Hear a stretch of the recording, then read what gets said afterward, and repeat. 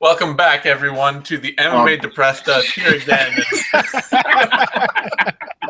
I'm going to try and keep this together. Dang! So this is going to be one of our most technical difficulties riddled shows we've ever done. Yeah. Just because of the unfortunate fact that my camera's failing slowly, and I need to buy a new one. And Connor's internet is failing like it always has. Yeah. And Phil's just a hot mess, and that's he may not have any technical issues, but he's got all the rest of the issues. I want Zane's camera to go ballistic again, and then when it clears up and comes back, you're just holding up a picture of like the Simpsons technical difficulties card. I want something. Come on, bring the gags, Zane. What about the ones from The Critic where they were all like the worst, stupidest puns in the world? Like, we'll be right back. Or we'll be right back with a wheel on it. Shouting out The Critic, everyone's favorite classic TV show. Hey, I love it. I like The Critic too. It was pretty good.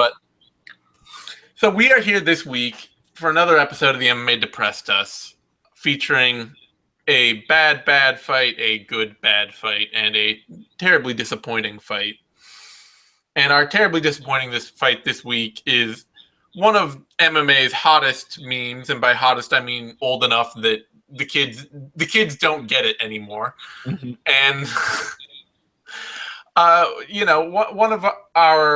one of those fights that has seeped into the MMA lexicon for just how many people it pissed off, and that is Carlos Condit versus Nick Diaz. Still a good meme, by the way. There is no random YouTube comment section argument that could not be improved by a knowing MMA fan popping in just to say Diaz 125. Apropos of nothing. It's still a hot, spicy meme. Yeah. So we'll be finishing off today's show with rewatching Nick Diaz versus Carlos Condit. So everybody, if you're following along at home, and you must be, because otherwise, why would you be here? Prime up that on Fight Pass. As per our usual thing, we are using only Fight Pass bouts. We are starting each bout at the beginning of the video from moment one. So you don't have to do any queuing. You don't have to do any special skipping ahead or anything like that. Connor will try and help you out if you're not using the Fight Pass version by counting us into round one. Don't say counting, because there's no way to predict these refs, man. Oh, yeah. They do it on purpose. He'll give a round starts now for round one. And hopefully he'll do that. He may not always. You get what you get here. I may try and my call will drop out. You never know what's going to happen on the Depressed Us. Yeah. Before that, though, to start out today's show, we will be watching Keith Jardine versus Brandon Vera from UFC 89. A classic gem that is one of those fights that I think just about everyone has forgotten existed. It's a fight that from two fighters everybody knows. I have no memory of this fight ever actually occurring at all. You would know it only as a gif of Brandon Vera sickeningly bending Keith Jardine's leg in two with an oblique kick. Yeah. It's the only thing that stands out about this fight in my memory. I don't even have that memory of it, frankly. It's one of those fights that if it had never happened, I would be none the wiser. And we will jump then to a modern-day tragedy, a terrible fight, an awful, bad fight, a classic, an instant, terrible classic. Marina Moroz versus Danielle Taylor. A strawweight shadow boxing extravaganza, the likes of which the UFC has rarely seen. And then finally, we'll hit on Carlos Condit versus Nick Diaz. So I'll count everybody into starting each video as we start them. And then, as I say, Connor will introduce the first round as best he can, and we will just do our best to not commit ritual seppuku in the meantime. we've got 3 weeks of this to do, so we have so many bad fights to watch before Mayweather McGregor. yeah, we have plenty of flagellation to do in penance for having Mayweather versus McGregor occur. For having enjoyed. Yeah, I mean, at least that is the right way. That is the right way to prepare for that fight, though. True. Just 3 solid weeks of trash. Purification. That's what I think of it as. It's a purifying process. And for enjoying DC Jones 2 so much, I really do feel like I'm owed some kind of punishment. Yeah. So on that note, let's just kick things off, get to it, because the sooner we start, the sooner this is over. And excuse my webcam because it's just going to be fucking up all the time. Fortunately, the core love of being here is probably not to see us. All right. On that note, we are starting Keith Jardine versus Brandon Vera in 3, 2, 1, go. I could see the corruption starting across the screen. I was like, is he gonna make it before? Is he gonna make it to 1? Before it? Yeah. I made it. I was thinking the same thing. I was really on the edge of my seat during that countdown. Man, who would have thought looking at the pictures of Keith Jardine and Brandon Vera at the start of this, that Brandon Vera is the way more of the alt-right redneck? That is very true. Keith Jardine is woke as hell. I don't know how. He doesn't even have to be woke as hell to be more woke than Brandon Vera. What are Vera's redneck opinions? I don't know. I don't think I know of this that much. He's pretty consistent. I just thought he was one of those generic kind of Eddie Bravo kind of trash conspiracy takes guys who was complaining about how if people just legalized weed, it would have solved all the problems in the world. No, I think there's a lot of pro-gun stuff too. Yeah, that does seem like a very MMA fighter mix of opinions to have. Jesus Christ, man! We just watched Jardine's knockout of Forrest Griffin.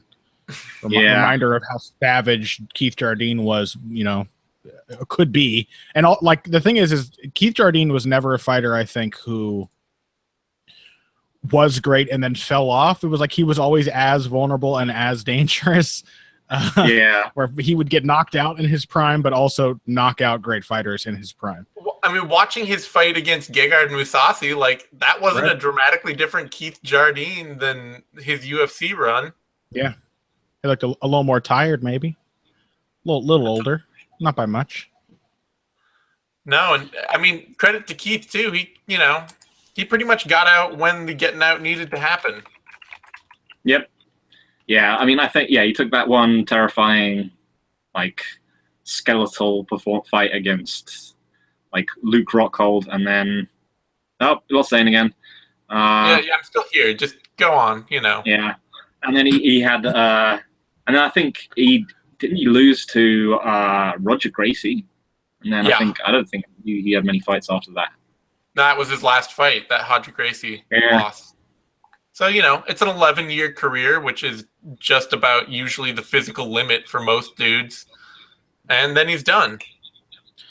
Boy, those tap-out shirts. It's a good look, huh? You want to have the vaguely Nazi eagle on your right shoulder. And what's on the left? I don't know, a tribal tattoo? I can't tell. We were talking about disappointing fighters a bit before we started the show.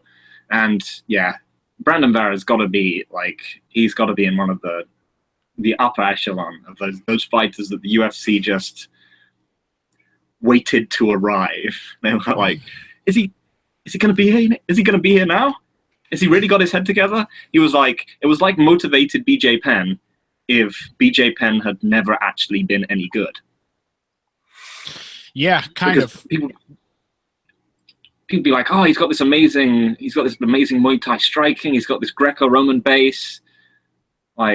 He's just, he's such a great athlete. He's just never. He's just a weird example of a guy who just never learned how to fight against people who are going to fight back. Brandon Vera is very much, he's the fighter people like to pretend that BJ Penn was. like people think that BJ Penn had Brandon Vera's career, basically. When you hear like all the stuff about motivated BJ Penn and all that, and you're like, oh, and he's fighting for I thought that was Lloyd Irvin. Oh, yeah. Gross. Oh yeah. And okay, that's gonna make this more enjoyable. Brandon Vera is like, then you have to go in and remind people. It's like you realize that, Jesus, that BJ Penn was basically the best lightweight on the planet for like 9 years, right? And Brandon Vera, Brandon Vera was probably also the best lightweight on the planet during his entire career, though he never tried to fight any lightweights. I imagine he would have beaten many of them. He probably would have had to go to lightweight to have the success people expected from him. He's like is he like the Frank Bruno of MMA? Even Bruno is like a better boxer by far than Vera ever was as an MMA fighter. But it's this weird story where you see all this potential. You seem to see all these glimpses of something really impressive. And what's the theory on why it never ever happened? Well, part of it may be the idea that at the time, especially, like, MMA really didn't have a lot of very good athletes. I want to say, like, not a lot. There were some good ones, but it wasn't regularly getting the same caliber of athletes. So it could partially just be that Brandon Vera wasn't actually that athletic and got a lot of he had a lot of cred for being mildly more athletic than the norm, which blew away commentary teams and didn't actually functionally mean anything in the long run. Mm-hmm. I think he was just he's quite to me he was quite a physically tough can crusher. Was basically because he was pretty durable. Like it took a lot to put it actually took like a lot to put him away. It was but he gets incredibly discouraged as soon as he just couldn't adapt to anything his opponents threw at him. Like as soon as someone was like, "Oh no, I'm going to bring it to you. I'm going to take you out." He didn't just totally physically outclass them. He would just, well, I mean, we're probably going to see that here, right? Because Keith Jardine is very much the kind of guy to, and I would still say that, Brandon Vera probably does physically outclass Keith Jardine. But but Keith Jardine would also be like exactly my point of era of MMA. Yeah. This is exactly the kind of guy that you would expect Keith Jardine to feast on. I've got it then. He's the Brandon Vera is the Primo Carnera of MMA. Who, like, unless you were like, if you were just a little bit confident against him, you could really make him look a lot worse than his size and skill set suggested he should be. Was Primo Carnera like as so like I've read like the overwritten like stuff about how he was he was just a joke who was put out there by the mob and wrung out and hung out to dry by them. Is that all like? But he was actually an okay boxer, right? He was big, and he wasn't terrible. Like he could take a shot and he was tough, but he would also just kind of shatter mentally when, like, I remember when he fought Max Baer. And Baer was a guy who was renowned for like not taking boxing as seriously as he should have and really just hitting hard and being a crazy man. And Max Baer just beat dozens of shades of shit out of Primo Carnera, and Primo had no idea how to avoid a single punch. So I would say that maybe overstated how bad he was, but like Brandon Vera, like if he was in control, if he was big enough to shut you down or whatever, you could see that he had some skills. But the moment it became a fight, it was not good for him. And I guess that's probably the story of Brandon Vera's career as well. Is the moment somebody fights Brandon Vera, he pretty much doesn't win. Yeah. Yeah, I mean that's kind of a rough comparison because with like Primo Carnera and the story, like there was a lot of like fight fixing to get him into competitive matches.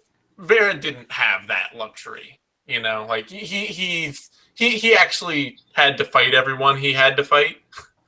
Yeah, but that means it was just Carnera. Oh my god. I'm sorry. We can't just ignore the double nipple the double nipple clamp tug. that was the Jackson thing. That was the because everyone did that for a while. It's sad that it's kind of dropped out of. They all took it from Jardine, I think. It was so Richard started doing it. GSP did it, I think, once or twice. Here we go. Round one begins. Having not seen it for years now, it just begins. The weirdest thing to suddenly see. Round begins now. Okay. Oh, sorry. Yeah. See, that's Zane's always like, maybe Connor will forget. Maybe Connor won't do it. Connor's on top of it. Okay. The other two motherfuckers won't stop talking while Connor's trying to initiate the round. Whatever. If it was an important job, we wouldn't have given it to you. You're a son of a bitch. So Keith, wow, I can't believe this. I can't the thing I'm noticing the most. I can't believe there were already 5 Saw films by the time this fight happened. My God, Jigsaw had changed actors 4 times before this fight was made. Is that so? How exactly did you get there? I gotta know. That's just how film measures time. Is that literally the only way you measure time?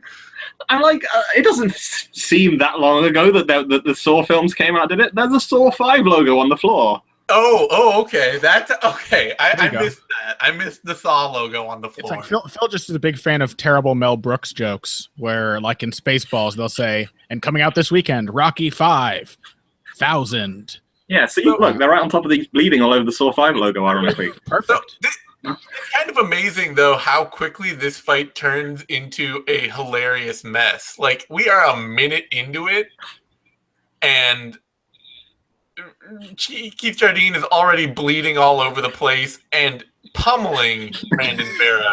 Yeah, from top. Brandon Vera did not have good defense from. So this is a big part of from his back.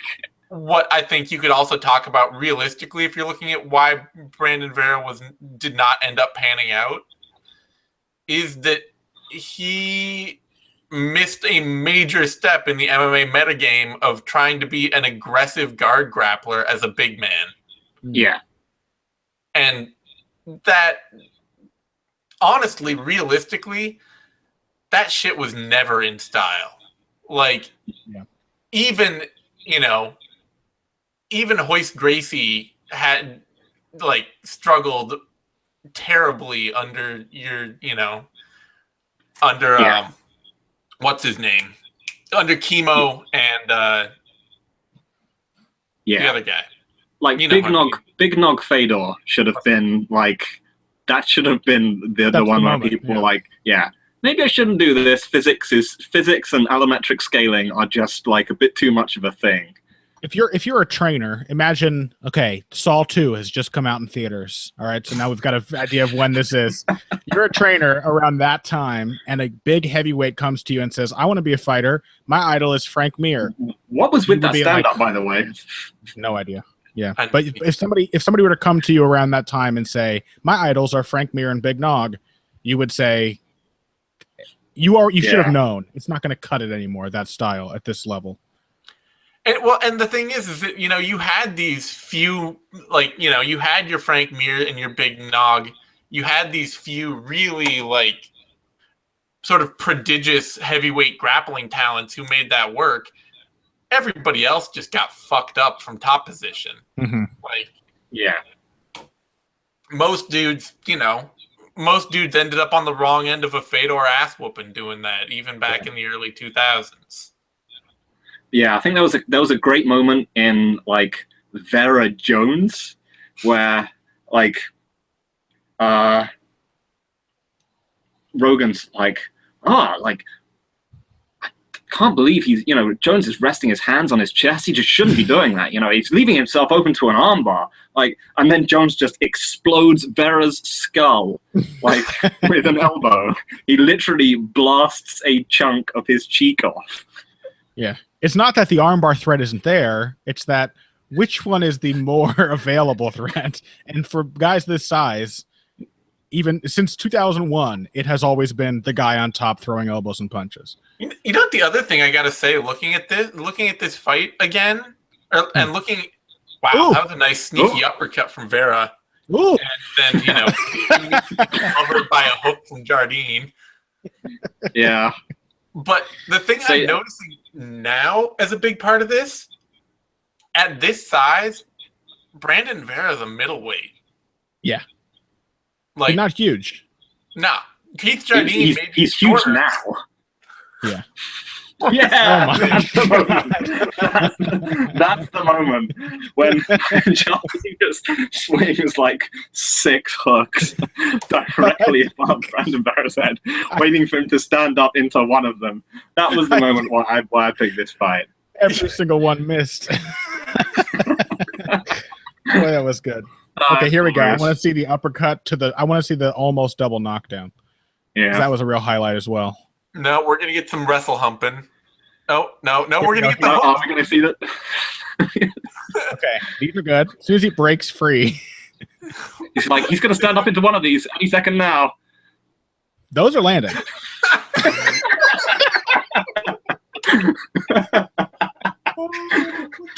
Here we go.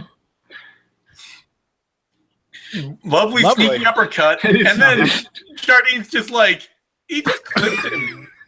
He just hits him on like the side of the eye. That's the thing. Like, if someone wanted to, like, in the future, if someone wanted to, like, say, you know, if someone once said for whatever reason, Keith Jardine, explain him to me in like 20 seconds of footage, it would be that highlight, that like those 2 like highlight reels from that round.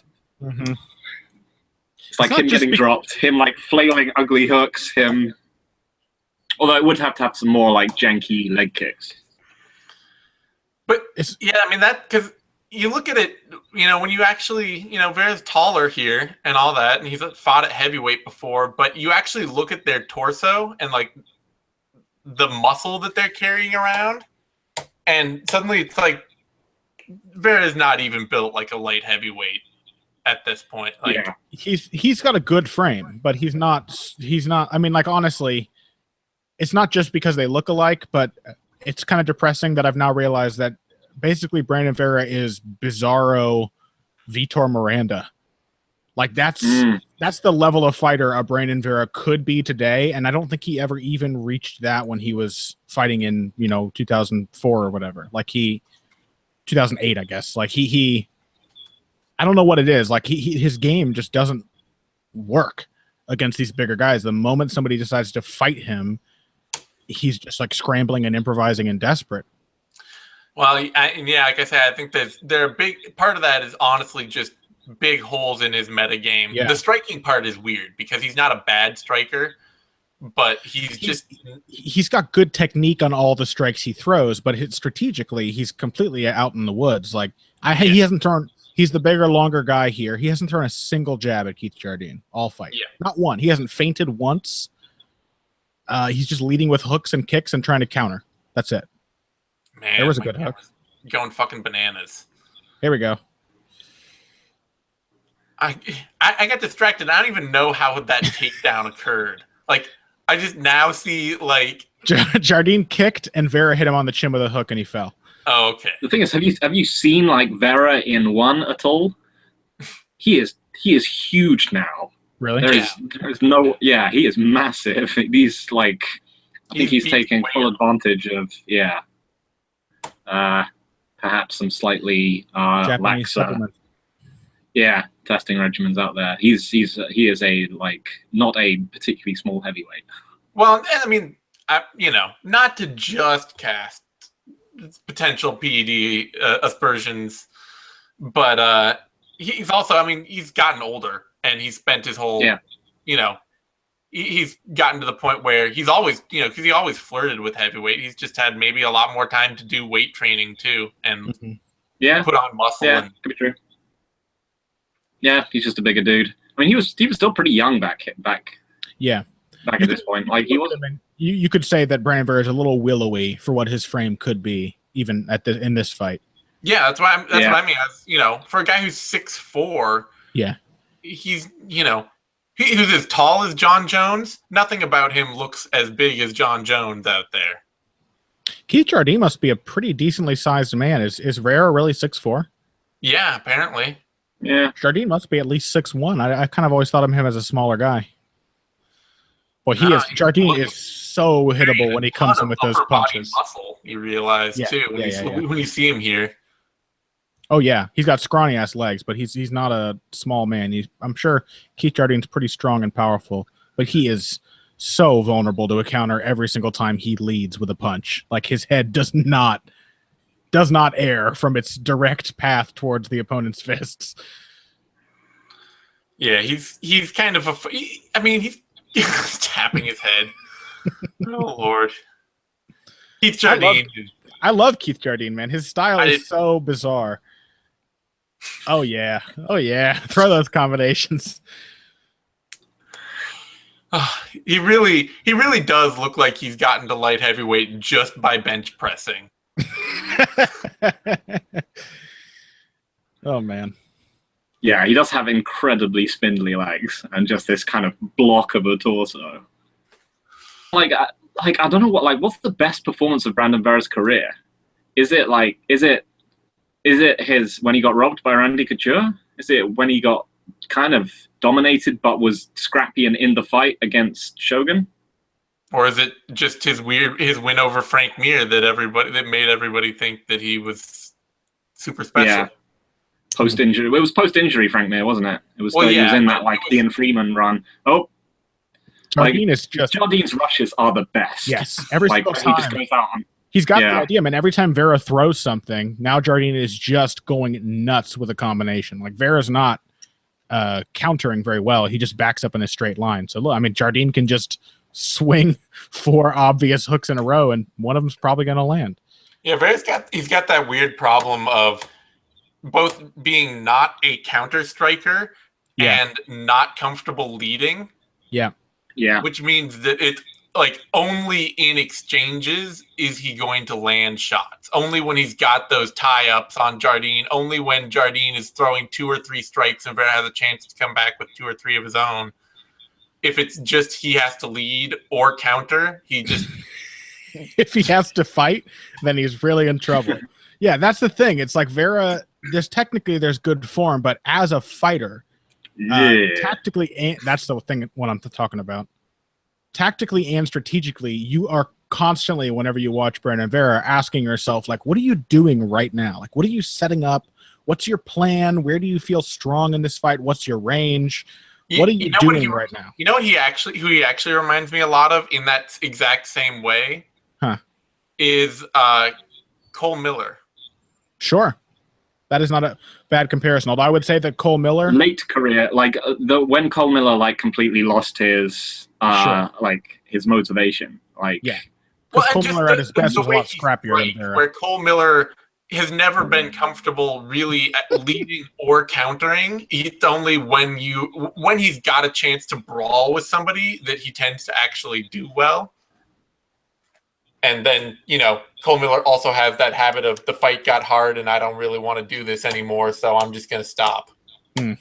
Or somebody screwed with me, I got screwed, like his fight with Manny Gambirian, and so I'm just not doing this anymore. Mm-hmm.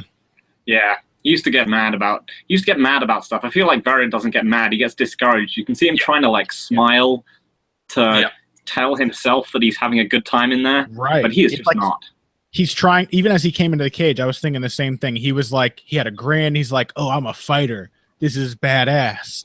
But it's kind of like, it rings false. It doesn't feel like he's really having a fun time engaging in a scrappy, difficult fight. Certainly not the way Jardine seems to enjoy it, although he just got poked in the eye, so. Yeah. Just wait for the flurry, bro. Here comes Jardine's fists and his chin, in case you're wondering. Both arms out at once, chin in front. Vera's body kick is really nice. His left kick is pretty. Yeah, that's the thing. He crippled people with leg kicks when he actually, but he just didn't seem to know how to set them up with his hands. Yeah. His thing was that he'd just try and switch stances to throw his rear power hand. Mm-hmm. He didn't really have much of a jab or a hook. His boxing. His boxing is terrible. It really is. Yeah. I mean, we're looking at him in a fight with Keith Jardine, and Keith Jardine on the boxing side of things is almost having his way with Brandon Vera. It's really just the kicks of Vera that are making the fight very close. Yeah, this fight is closer than I remember it being. Which means that I suspect that Vera is probably going to drift out of it in some way or another. Jardine put some nice little broken rhythm combinations together. Most of which didn't land, but he had him there. He clipped him on the end of a right hand, but then Vera just caught him with a left. Pretty close. This isn't not a terrible fight at all. But it is. There's a lot of there's a lot of stuff that doesn't work or lead to anything at all. It's a decent fight with a lot of bad MMA in it. Yeah.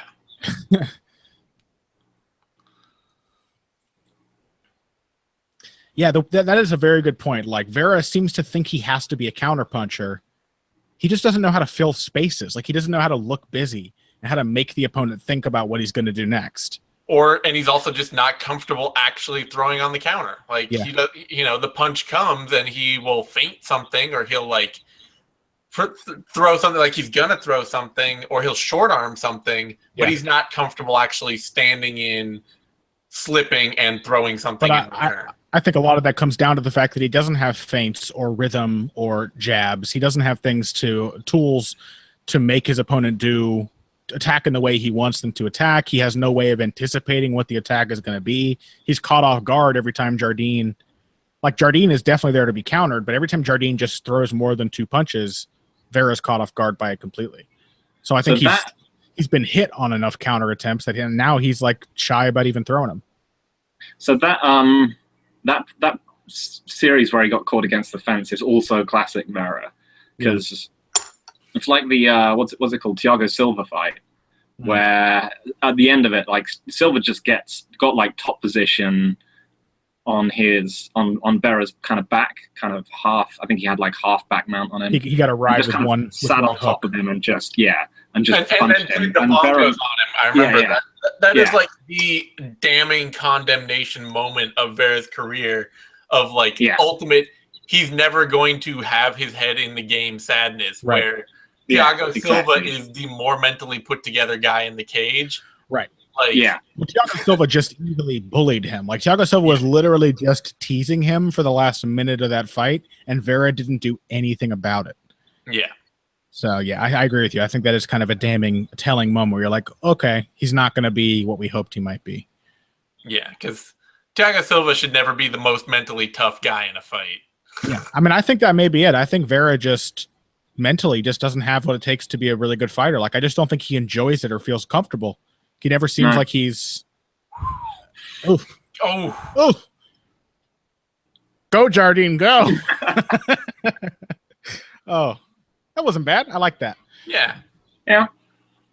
He's just so happy that fight is over. That's right. That's how he ends all of his fights, though. He's like, oh, Jesus, thank God. I made through another one. I think that really may be the secret, is that Vera physically and technically has a lot of the things that could have made him a great fighter, but I just think he didn't have the right... It takes a perfect... Yeah. It's like when a movie comes out right. You know how many people go into making a movie, and it's kind of a miracle with such a huge collaborative effort that it ever turns out good. And with Vera, it's an example of fighters need the right mindset, the right trainer, the right techniques, the right strength and conditioning. And if one of those things is missing, even an intangible thing like mindset, you just get a really disappointing fighter. You do not get a good fighter. Yeah, he was with... When did he join Alliance? Because I know he was probably around this time. Because I think he split his time between the two. Yeah, because Irvin worked with a lot of Alliance guys, so I think by the time he started working with Irvin, he was already at Alliance. Yeah. I was gonna say I think Lloyd Irvin used to do a lot of work with Alliance, so he's Yeah, they cut. I think they cut ties with him. I think. Yeah, so did Vera. I think Vera followed. Vera followed. He went with the Alliance guys. He didn't go with... Vera actually, admirably, despite some of his other opinions that I've just learned about, he cut ties with Irvin pretty quickly. He didn't try to cling on and defend him or make excuses for behavior of him and his students. He was like, nope, I'm an Alliance guy only now, which I can respect. Yeah.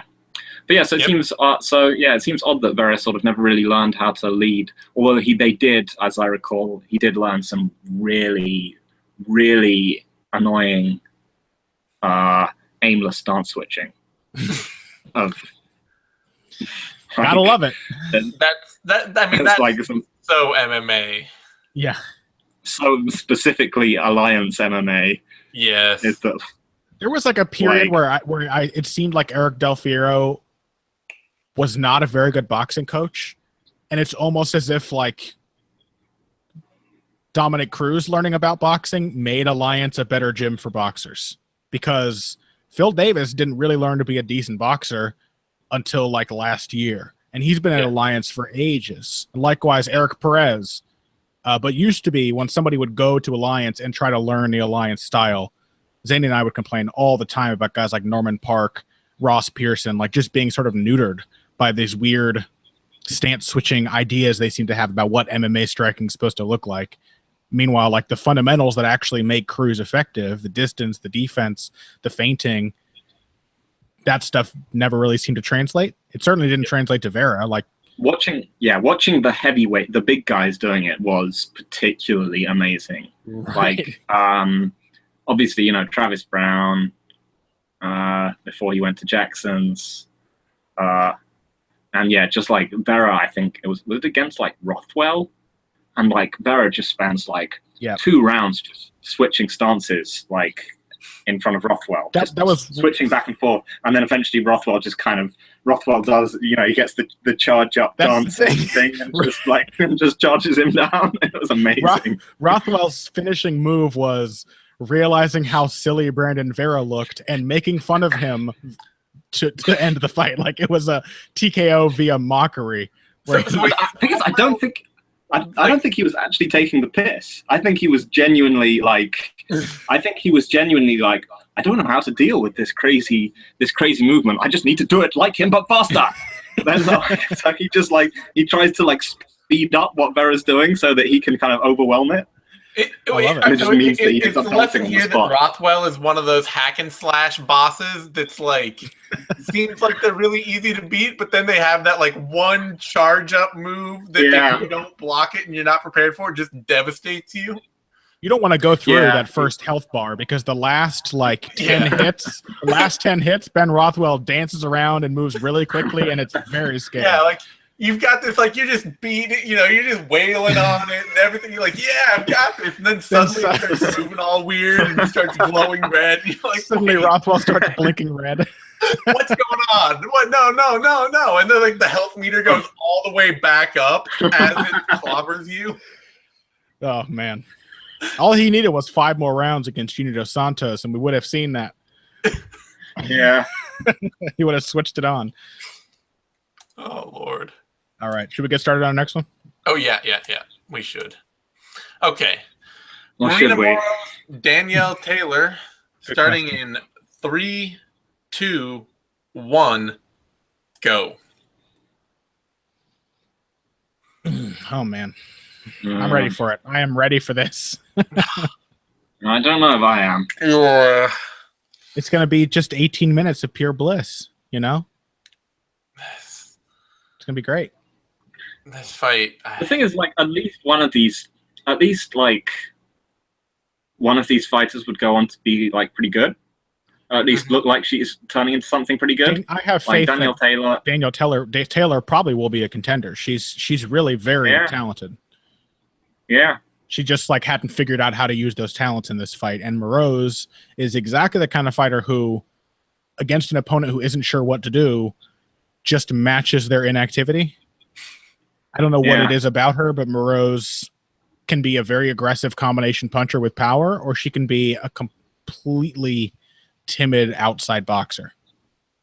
I think for Moroz, it's all it's kind of that same thing where it's like the idea of a fighter who neither knows how to lead nor counter, and so they're only actually comfortable when their opponent is like, or they're even only effective when their opponent is willing to just march in and brawl. Right.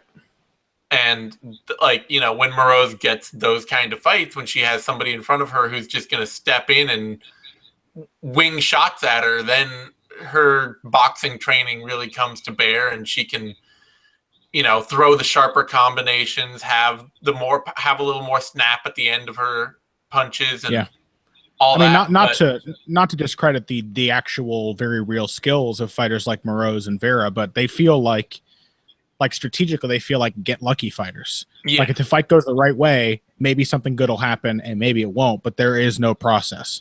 Yeah. If you're just out at range, she's not going to do anything to actually create openings or lead the fight or land the better shots if it's just a range striking match. And if you come after her and you throw 1-2s and step back out and don't give her any easy openings, she's not going to counter. She's not going to have any clean responses. Jesus. It's been a long time since I've seen something that like reminded me of Static. It doesn't really exist in the digital era, but I am imagining Zane adjusting the bunny ears, the rabbit ears on top of his TV set. Yeah. Trying to get that signal to come in. This is more or less what's going on. So I'm just hitting my camera over and over again in the hopes that it'll work. See, for a second there. Zane's starting to realize that maybe hitting his camera for the last 3 years was not good for the warranty. Yeah, this thing cost me like $16. So, it's not going to be hard to replace it. But so anyone watching this, you will know who to be angry with. It's Zane for being cheap. And this thing lasted for years. I've had this thing for like 5 years, and it's worked. Mm-hmm. I don't have to take this shit. We have to watch a shitty fight, and now I have to get ragged on for it. Come on. Mm-hmm. Assuming you even are Zane, and in one of those like long periods of whiteout, you weren't replaced by Liquid Snake. Zane.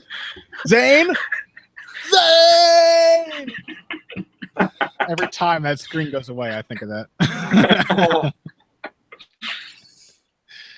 All right, I'm going to grab a drink while this lead-up is happening. You guys entertain these people. Oh, Zane, God. continue reflecting and not facing the reality that you are too cheap, and it is something that you need to think about. Yeah. You can invest in new hard drives for your Czech movie collections, but you can't invest in a good camera for the people who are going to want to watch you breaking down the intricate technicalities of Mayweather-McGregor at some point on this. That's true. We need to call on our forces and do a whole big like technical pre-show of Mayweather-McGregor that just maybe and you know what it might all be. I think we should do. I have an old UFC 3 copy on PlayStation. Do you have any of the UFC fighting games? Yeah. I think I've got EA UFC. I think I've got 2 and 3 maybe. Okay, so you've got one of them. Maybe if Connor has a copy, we can all create a fictional Conor McGregor and Floyd Mayweather avatar or creative fighters, and then run 10 matches or so with them to see how they match up and see how they score. And only punching. Run 10 fights with them. Yeah. Only punching. Or maybe Fight Night Champion. I'm sure we can make a Conor McGregor in that. Yeah, there you go.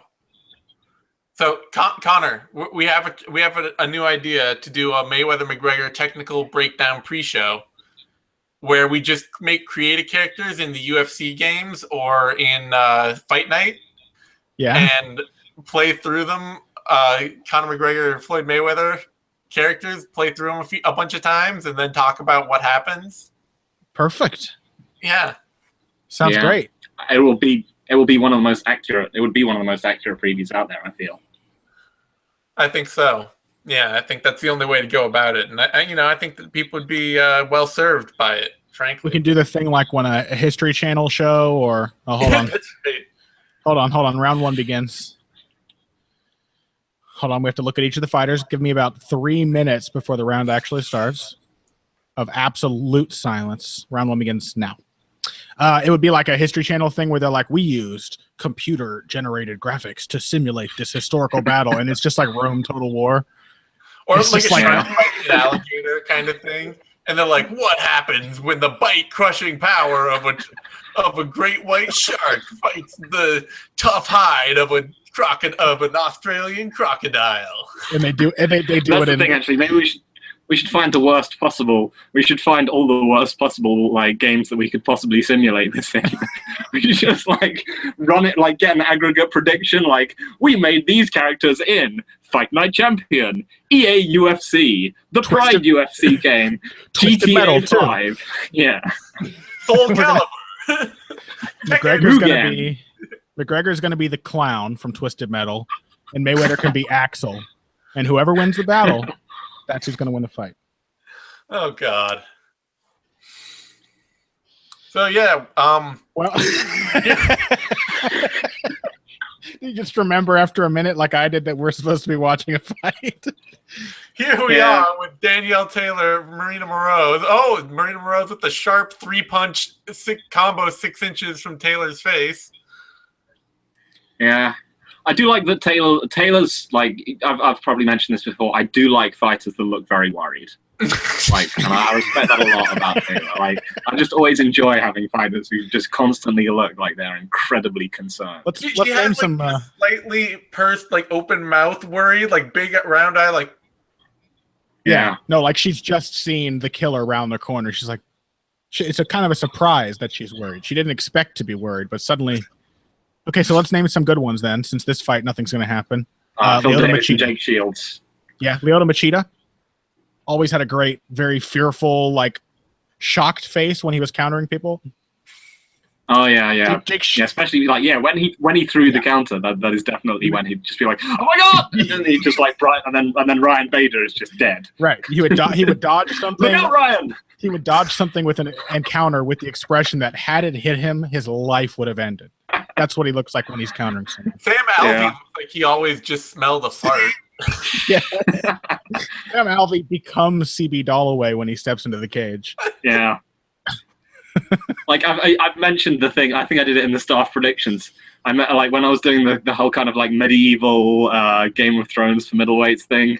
How like the little kids come to watch Sam Alvey train, and then he shows them how he shows them like how he attacks this scarecrow.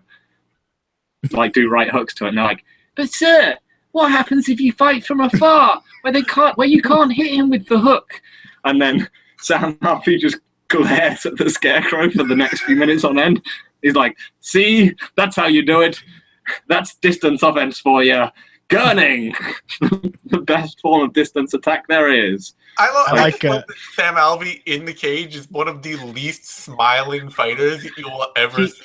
I've already got it covered. He goes from outside the cage, by day, outside the cage, smiling Sam Alvey. Within the cage, smelling Sam Alvey. And yes, it is still spelled with an apostrophe N for some reason. Smell apostrophe N Sam Alvey. I think my hypothesis is that he... Sorry. Go on. I think my hypothesis was that he would save up his energy by being good-natured, and then he would release it in terrible, shocking waves of angry expressions. Like once he got into the cage, he would just make cross, like slightly disgusted expressions. So was he being particularly good-natured before? Yeah, it's that one. Sort of like also like you're mad, but you're kind of like blinking through tears almost. Like he kind of looks like he's like, he's kind of like he's struggling to remain composed. Yeah.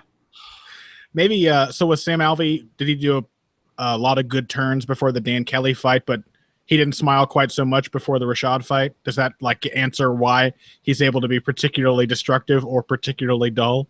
Ooh. Oh no, he considers like, yeah, he's actually got some like Moroz is actually looking okay.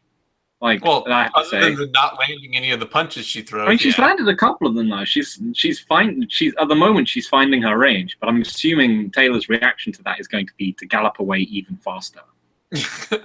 Like, or to triple hop step into a right hand. I like that. She I don't know if she did it on purpose, but she did like a Canelo Alvarez feint beforehand. Well, the feint where instead of throwing the punch, you just stick your hand out like this, and it. a nervous person thinks it's an overhand right, and then she hit her with the straight. It was actually kind of cool. She's got a little bit of that, like Tyron Woodley, like those shocking sudden layers of offense where she's quick enough and seems to hit hard enough that you really have to worry about it. So when she just flashes a bunch of fast hand movement in your face, you really react to it. But not enough of that in this fight. Let's say that.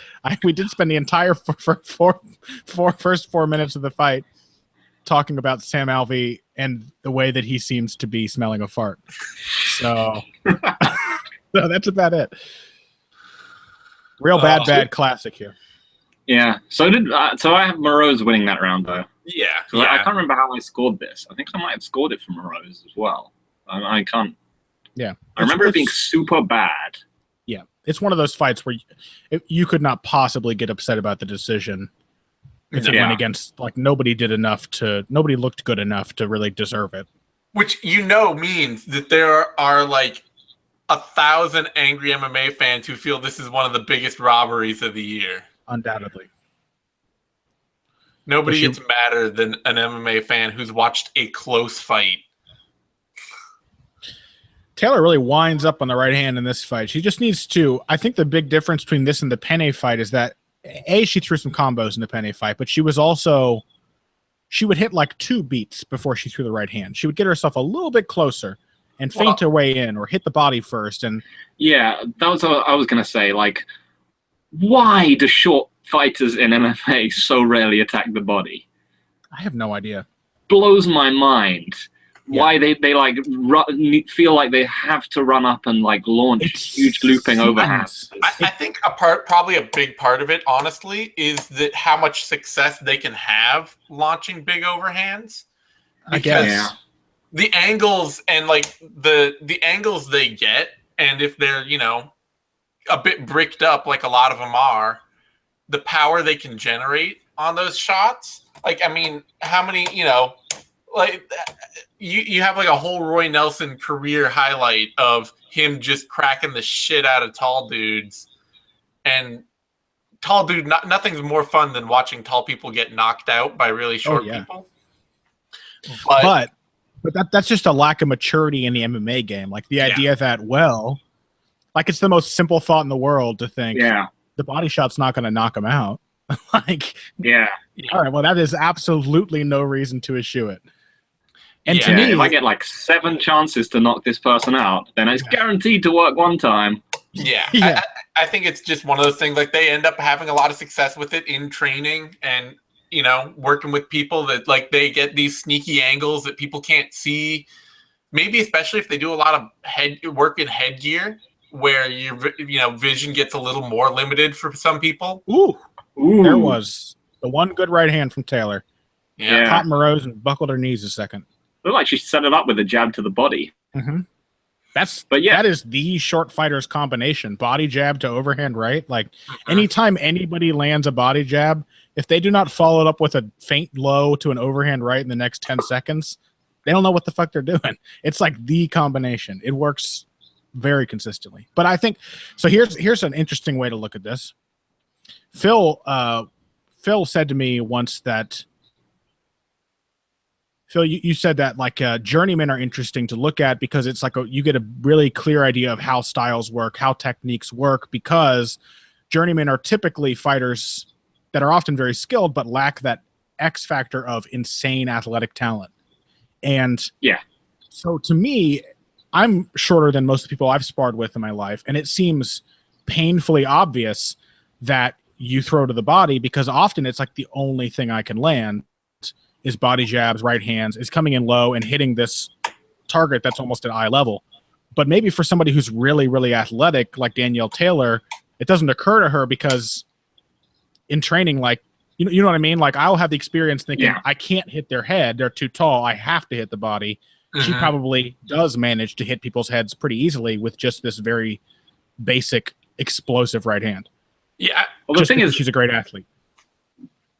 Because I was gonna say, I mean, I think that's one of the reasons too that you see a lot of people who are like, they watch fighters at an elite level in the UFC or in other sports even, And you see people, especially who played the sport a lot or who did, who trained a lot of boxing, trained a lot of kickboxing, whatever. And they're like, oh, look at that technique. That shit is so sloppy. Like, you should never be able to get away with that or whatever. And, either some of them are assholes, which is always true. But a lot of it, too, is that people don't realize just how much you can get away with if you're incredibly fast and athletic. And, how it often, it's going to make you focus less on being good technically because you don't have to be. That's what it looks like here. Like, Taylor has some decent experience at this time already. Not a ton of fights, but she's fought some good opponents. And but you can see, like, despite that level of success, there are no fundamentals of a short fighter's game. But again, like, the good sign is she developed a lot of those by the time of her next fight right after this. Yeah, to her credit, like, she goes to the body more against Penne. She throws in combination. She sticks in the pocket for, like, crucial little fractions of a second. It was so much better. And against a better fighter than Marina Moroz. I mean, at least one with more experience and more consistency. Yeah. Penne is also, I think, a big part of that too, is that Penne, unlike Moroz, is incredibly willing to lead. Yeah. Like, to Penne's own detriment, in fact. But that's why you go to the body against a tall fighter. Yep. It's a lot easier to go to the body with a jab over and over and over again. It can be very frustrating if somebody's shorter than you and they just keep stepping in with a long body shot and you can't hit them because they're too small. Yeah. Like, there are advantages that you have to press whether the other person's leading or not.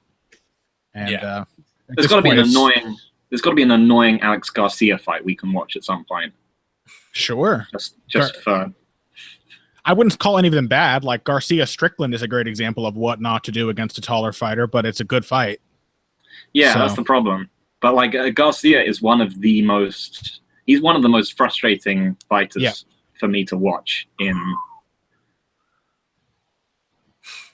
See, that's a nice setup. She went low and came with the overhand. It's a perfect setup. Yep. Very well executed. She hit a couple of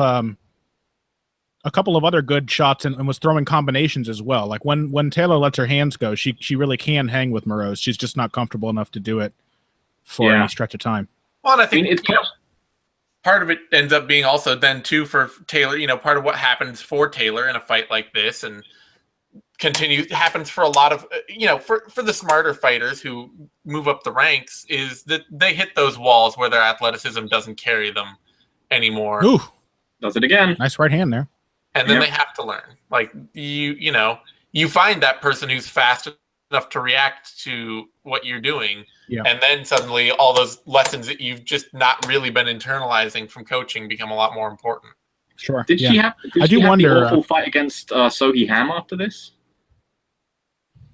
I didn't think that was a terrible fight. I also, by the way, I'm a big Sohi Ham fan. I thought the fight that she lost to Beck Rawlings was terrible. I did not think the fight with Daniel Taylor was as much of a robbery. I thought, like, Sohi Ham ran into a lot of shit in that fight. I remember it being pretty bad, but not like the worst decision ever. But, like, still, like, I didn't really. We should rewatch it sometime. This was right after the Sohi Ham fight was right after this, so that was another learning point. But my memory of the Sohi Ham fight was walking away from it, being like, "Yeah, Sohi, I had to go run an errand." And I walked away from the fight being like, yeah, Sohi Ham took a good solid 2-1 decision. She should have, no big deal, solid fight, whatever. And then I came back and found out she lost. I was like, what the fuck? Yeah, but even that fight as well was one where I think going into the Penne fight, people, because of the robbery aspect, did not realize how much improvement Taylor showed in that fight. Yeah. She came in against Tom and it was markedly better. That was a nice check hook there from Moroz. She can occasionally do something, and you're like, oh yeah, that was nice. Like in isolation, they're just she'll just walk into these like little oases of technique, and then she'll walk straight out of it again into the desert. So I mean, Taylor outlanded Ham in 2 of the rounds.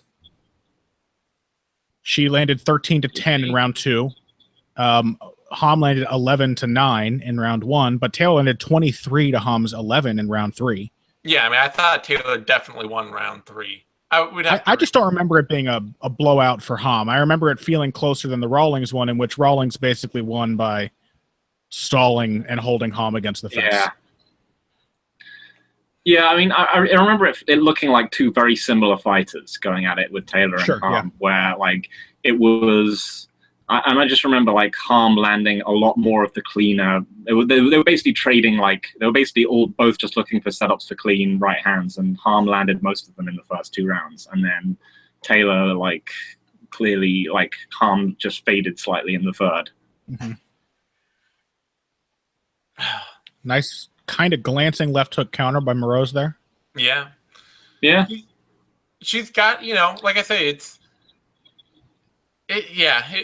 her striking is there in fits and starts when it's just like Vera. There's no process. Yep. Like, what's she doing? How is she dictating the fight? What is she setting up? Nothing. She's just looking for openings and trying to pounce on him. Yeah. Yeah, it's because her jab is preemptive. It's there to catch Taylor if Taylor moves into space. Yeah. It's not there. She's never throwing her jab to land it. She's never going, I am standing at the limit of my jab range, and I'm going to hit you with it. Ooh. Desperate punches there, but the left at the end got in. Yeah, barely. Yeah. Like it works when it works, but when it doesn't work, that's like 90% of the fight. Yeah. So I think I have Moroz winning this fight, though. I think I have it 29-28. She picked up this round, and she picked up the first round. The second round was kind of a push to me. Yeah, she got that huge she ate that one huge overhand, and nothing else happened. So second round, almost nothing happened except Taylor. That's the problem with this kind of fight. Like, one thing happens, and it totally shifts how the fight is perceived. There's just not enough happening. She landed like 3 hard left hands. That's pretty much it. That's enough for me. Yeah. Oh, she got a right hand. Right. Taylor, yeah. Man, this fight is a drag. Yeah. Can we talk more about scared fighters? Yeah. She just doesn't like. Ooh. It's just taken them a while to. Like they just don't get the space, and they just don't understand the space in front of them, which is, to be fair, like basically the hardest thing to learn in the sport. I think. Yeah.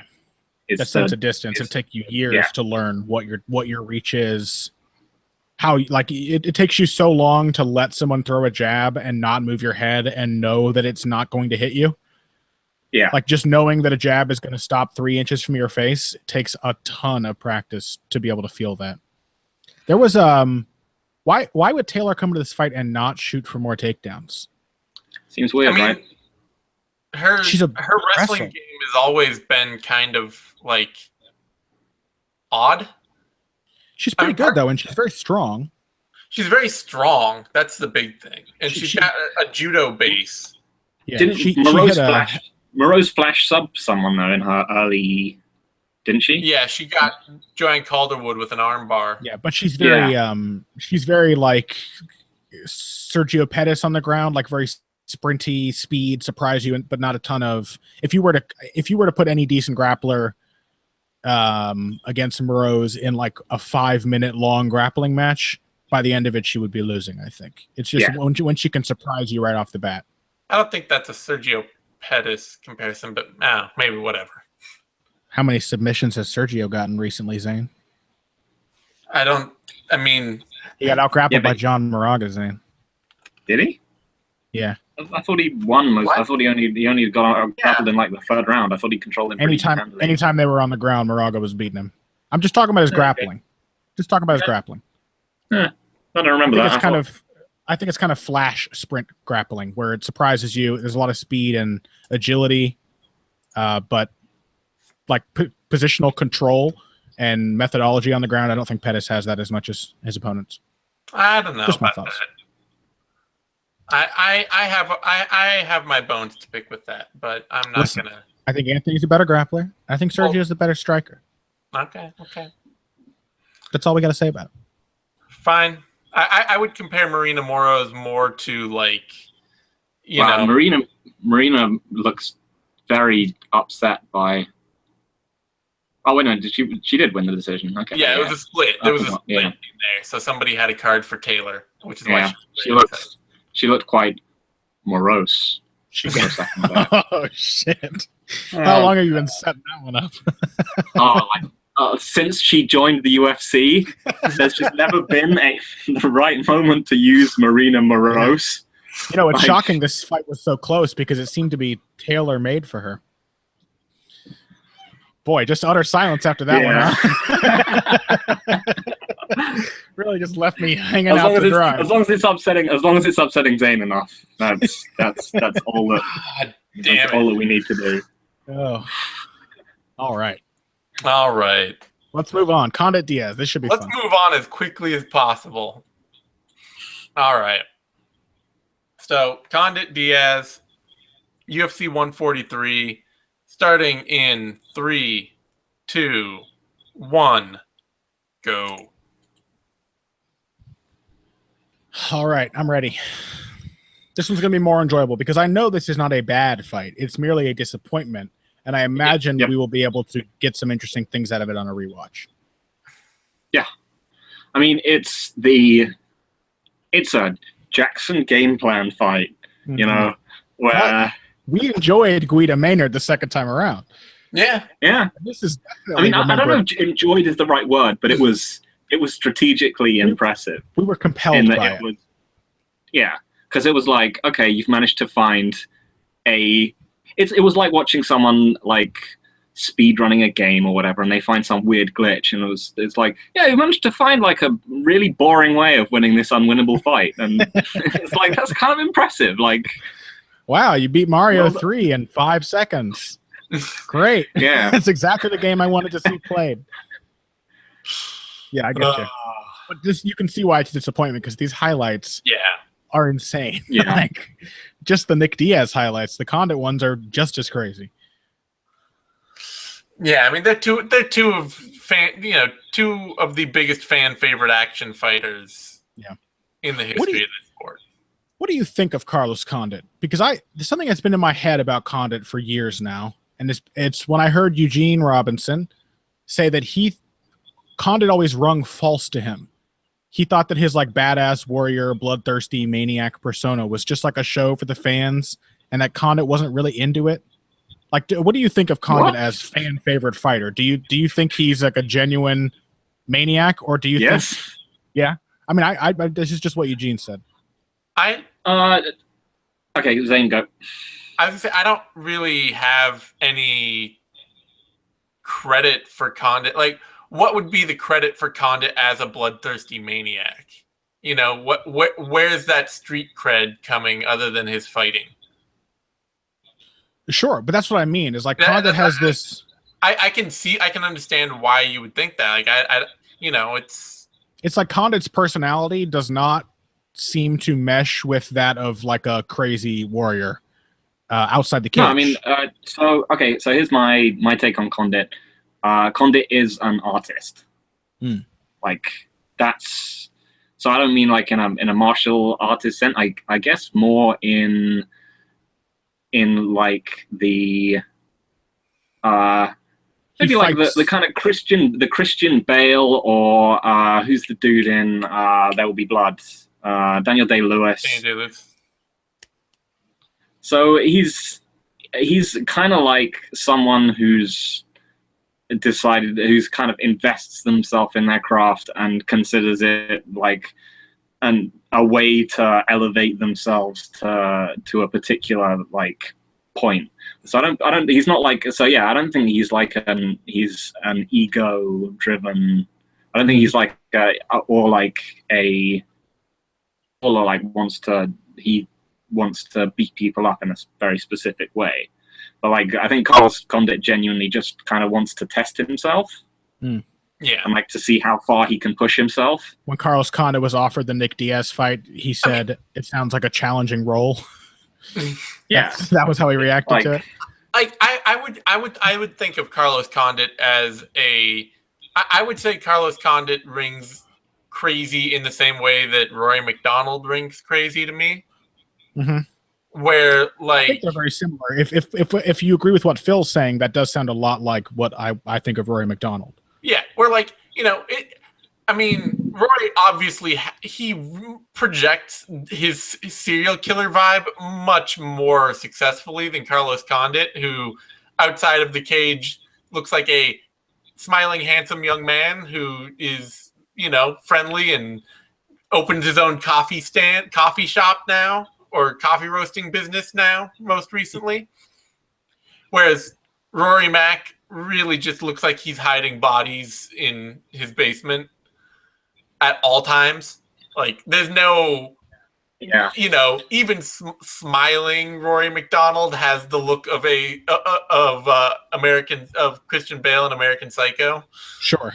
Yeah. So for me, the difference between the two of them would be like, so I feel like Carlos Condit is basically, he's just an incredibly intense guy when he's, he just and that's what he wants. He's basically, I don't know if adrenaline junkie is the right word, but sort of an intensity junkie. He just wants to be kind of taken to the limit, kind of. But like Rory is different in that Rory really loves MMA. Like, that's the in a way that, right? Rory's like, he loves every part of MMA. He loves boring MMA. He loves grappling. He loves striking. He loves fun, like wars. He loves every single part of MMA to the extent that it pushes out almost everything else, including like his ability to not appear creepy. Yeah. His ability to smile when he sees a kitten. To shed a tear when his heart is broken. Yeah. I think the difference is I think I see what you're saying, Phil.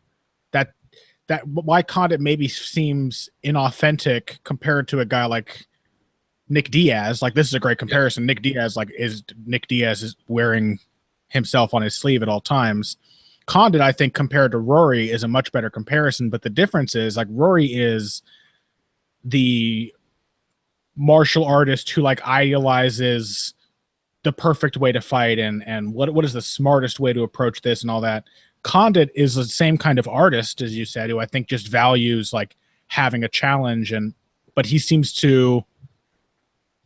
So outside the cage, he has the same sort of similar demeanor to Rory, very quiet, soft-spoken, kind of impassionate. But inside, instead of being like this brilliant technician, he's a fucking maniac. Like, his ideal of the art is to have a bloody war with his opponents. And I don't think that's Rory's same ideal, but I think you might be right that both of them probably think of fighting in a similar way, as like a personal journey. Yeah. I basically think that, I think that Rory, like, I think Rory loves and thinks about fighting a lot. Like, he really likes fighting. I think Condit sees it in a different, probably to me, like, Condit sees it in a slightly different way, in that like I said, it's a form of self-expression for him. I think in another world, he'd be like a skateboarder or a bank robber like who jumps out of airplanes and goes surfing. Yeah. Yes, exactly. He would be in Point. Yeah. Yeah. He would be in Point Break. So maybe similar vibes, but Rory McDonald is Keanu and Carlos Condit is. Rory's the idealistic craftsman. Condit's the idealistic artist. Yeah. The difference between the two. Yeah. Yeah. Condit would be Patrick Swayze in this. Sure. Condit's always Patrick Swayze. But, I mean, the weird thing is, too, though, because, having watched enough Condit fights at this point, is that I don't really think Carlos Condit, like, the way he actually fights, like, I actually kind of think of him as, this, like, flowchart machine. Like, rather than just, like, some, like, unhinged hyper-violence. Yeah. It's just that his method of going through his flowchart is so much riskier than Rory McDonald's method, for example, because Carlos's method is let the guy tell me what I'm not allowed to do in this fight by him hitting me really hard in the face. It's like the negative reinforcement. I'm going to throw a 4-punch. I'm going to throw a 3-punch combination with a kick at the end of it. And if at the end of the combination he blocks the kick, I'm going to throw the same combination with an uppercut at the end of it. And if he slips the uppercut, I'm going to throw the same combination with a body kick at the end of it. And if he slips that, then I'm going to throw a 2-punch combination with a flying knee. And if the flying knee misses, I'm going to do the same thing again with a front kick. And like, it's just, he cycles through all of these options over and over and over and over again until they work or they don't work. It's one of the best traits you can have as a fighter is not to be discouraged when you miss.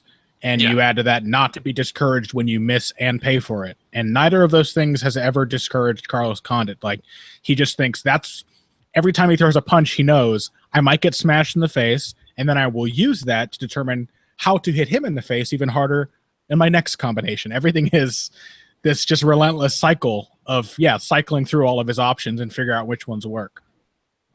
So do you think then, if we've understood Carlos Condit to be the artist who looks for personal expression, do you think he hates this fight, thinking back on it? Because this is very much a Rory McDonald kind of fight, a craftsman's fight, and not an artist's fight. You know what I mean? Yeah, I do wonder about that, because I mean, you have to think of Clay Guida eventually going to Team Alpha Male. Right. Did it frustrate him to be too craft-oriented when he just wanted to have fun fighting? Yeah. And it's a good. I think partially, with Condit, honestly, that ability to kind of mechanize it to assembly line his technique and his approach probably makes it a bit easier for him to take having to retailor his game for a fight like this, because it's a reconfiguration of the same approach where you say, well, I'm going to go through my systems, but I'm going to do them in this way at this range instead of doing them in that way at that range, or and I think that it allows for a little more flexibility than Clay Guida, who really just wanted to jump on people and create a mad wrestling scramble, and But either way, you have to imagine this fight doesn't satisfy the ideal Carlos Condit has in his head when he snarls and steps into the cage and says, my nickname is the Natural Born Killer, and it doesn't seem silly. Oh, fight starts now. Shit. That was my fault. That was me talking. Sorry, fight started 8 seconds ago. Yeah, I mean, I think Carlos just got, I think he has a ton of ambition. I think he very much wanted to be the UFC champion and win his fights and, win his big fights. And I think that his big fights, he fought them all smarter and less crazy than pretty much any of his other ones. The Lawler fight is mostly just Condit just kind of, honestly, it's just Condit technically outpointing Lawler for the majority of the fight. And even the GSP fight to an extent, he didn't go absolutely crazy in the way that you might have expected him, and the way that might actually have won him that fight. It might have actually been a better way to fight that. Yeah, I know what you mean. Yeah, well, I think partially that may just be that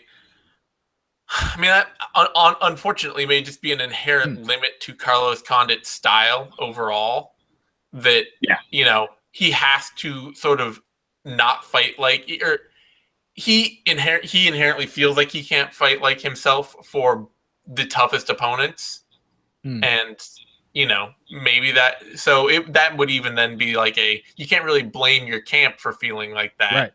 If it's something, well, it's just a Donald Cerrone thing. You kind of he just doesn't feel comfortable when it's really on the line. Well, it's also just GSP was a style nightmare for him. Yeah, as well. Just because he has no answers to either. He has no real technical answers to either GSP's jab or takedown game, other than flying knee him.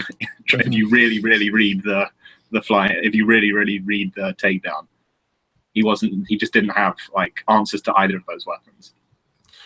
Yeah, and I think that's because a lot of when you have this, unfortunately, Carlos Condit's flowchart, it really just doesn't include wrestling at all. Yeah.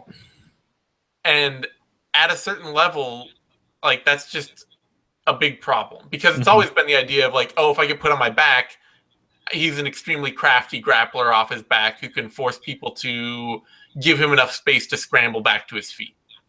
Or even wrestle. Somehow Carlos Condit's game only includes wrestling when his butt hits the ground, where he becomes suddenly a pretty good scrambler with a nice switch and good hips.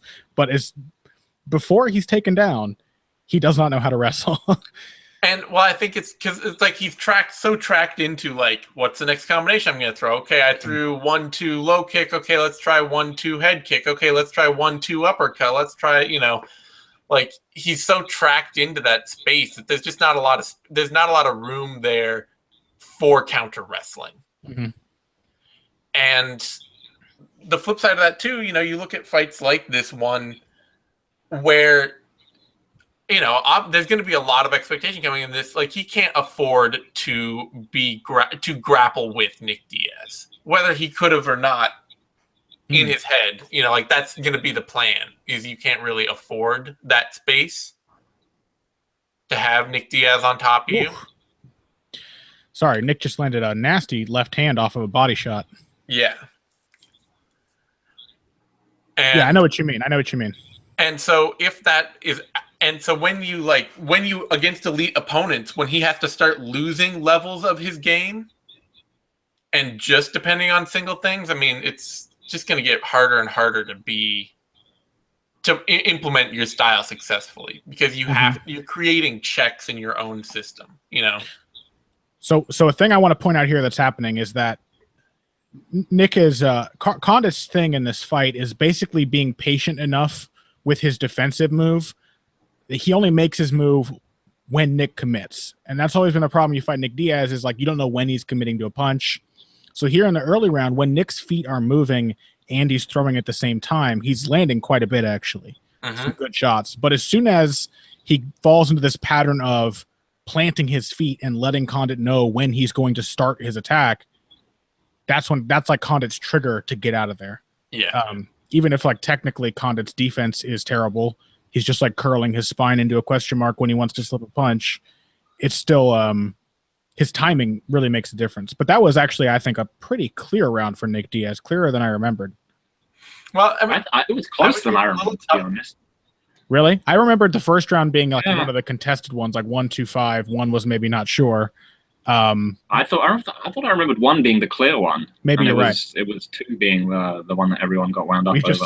We've both had our expectations subverted by this round. Yeah. It's worth noting though that Condit, like he had a couple of big knees he landed early in that round on Nick Diaz. A lot of leg kicks, and then a couple of nice points right at the end of it too, where he was able to slip and land his own combinations. Mm-hmm. Yeah, I think we'll see this later, but one of the big things, like in a contentious decision, where the people, when people get mad about it, especially like when they're like, oh, one guy was fighting and one guy wasn't, the other guy was just running away. It's like, one of the basic things is who was more beaten up at the end, who was going to lose this fight if it kept on going. And the answer is definitely Nick Diaz. Like, he was definitely not winning this fight. Yeah. Yeah. By the end of it. So one of the other things I think that's worth noting about Condit, I think, a lot, I said I think twice in there, but whatever, you get me, is he honestly kind of no-sells his own strikes a bit. Yeah. Like, he kind of bullshits his own offense. Because he's so keyed into, like, what's the next thing I'm going to go into? Where am I going to immediately start my next combination? Where, what's my next plan for the moment I'm finished with these strikes? That there's no feeling of, like, I really sat down, planted on this thing, True. hit somebody It never hard. seems like he never says, I threw everything into that punch. I really committed. Like, I thought that was going to be a knockout. Like, even for something like that, that's like a hard spinning back fist or a jump knee or that huge hook he whiffed on a minute ago, the moment he's done rotating on that spinning back fist, he's already stepping away from it. Yeah. I mean, Condit is just an incredibly weird striker. It's just the way he turns his hips over when he kicks, the way he kind of flares his elbow when he punches. It's something that Donald Cerrone used to do a lot as well. But I think like Gibson at least has helped to get that out of his system a bit. But Condit never really changed. I mean, he can still generate weird power. It's not like a lack of power. It's that he's not selling the power with which,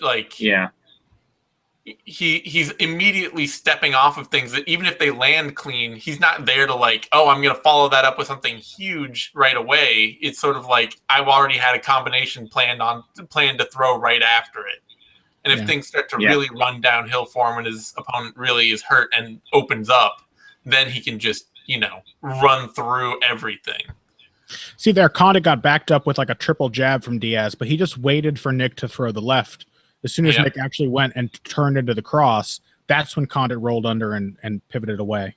Then I would say pivot. He didn't exactly pivot. He really just kind of shuffled away, but his timing on the evasive movements is really what makes the difference. He can basically, as soon as he can get Nick to make a move straight forward, commit himself. Nice shot. That was nice.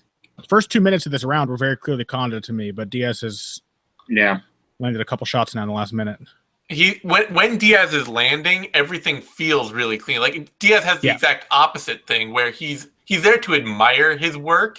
So when things land really cleanly, he's selling 100% more that every shot he landed is the best shot landed.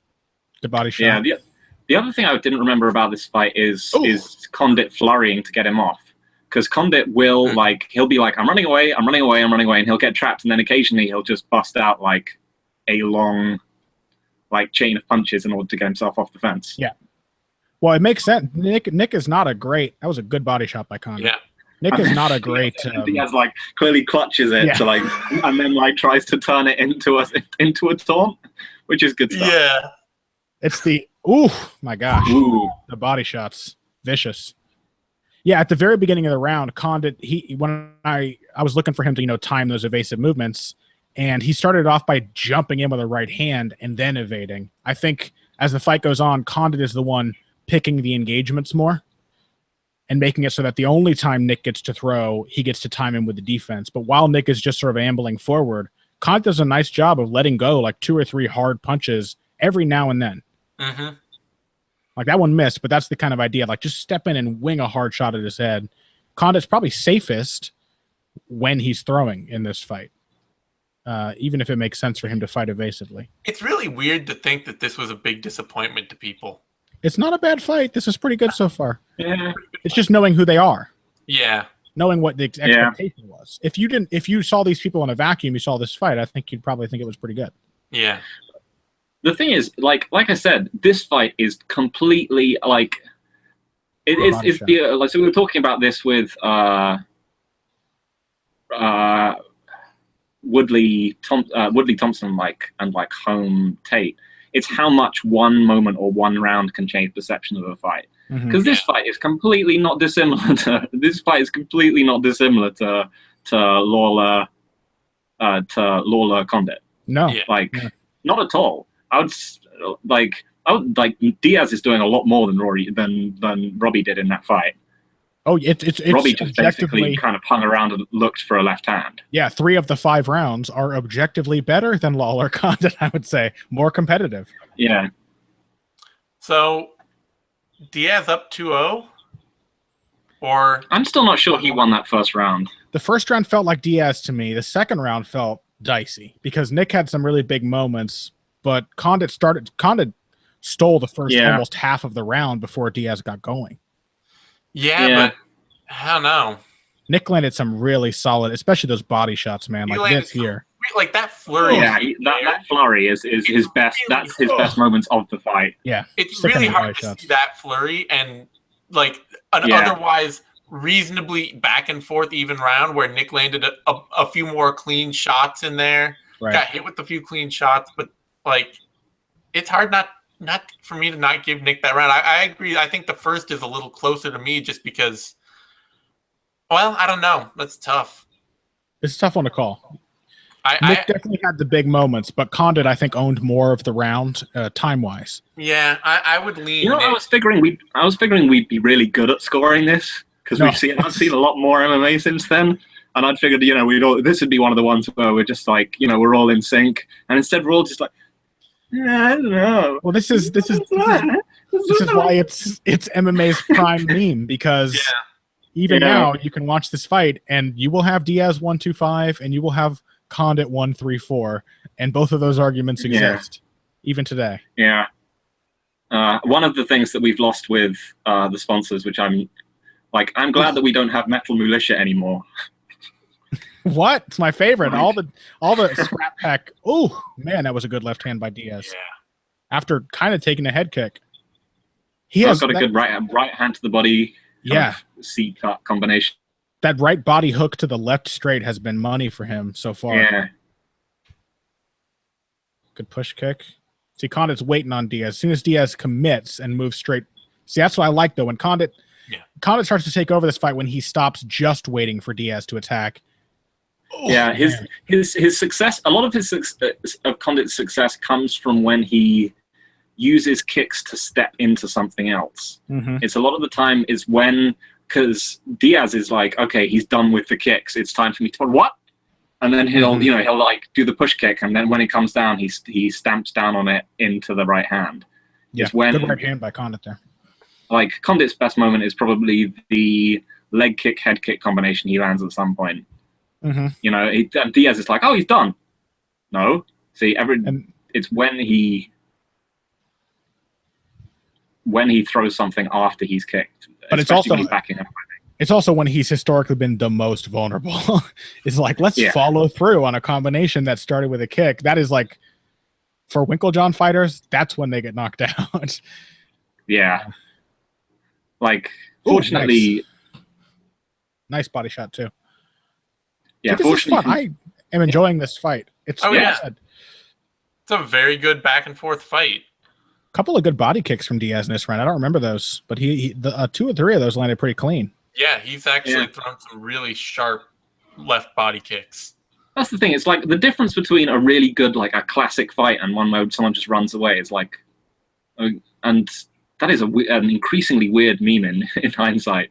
Mm-hmm. This fight is a lot more like toe to toe than I remember it being. Oh yeah. It's just not Condit and Diaz both refusing to back up. It's that one of them accepted a strategy in which evasion was a primary. Oh yeah, that was a hard leg kick. Yeah. Got stung with a hook as he landed. And if someone had gotten knocked down, people would be like, oh yeah, this was a great fight. Sure, right. Like if there was just like one big dramatic moment in it. It was just a consistently good fight. Yeah. And it was expected to be a fucking amazing fight. So Condit is owning the second half of this round. But again, Diaz started really strong. Yeah. And landed some huge shots early in the round. Now Condit has, I think, probably owned most of the last 2 minutes. Good body shot again. Yep.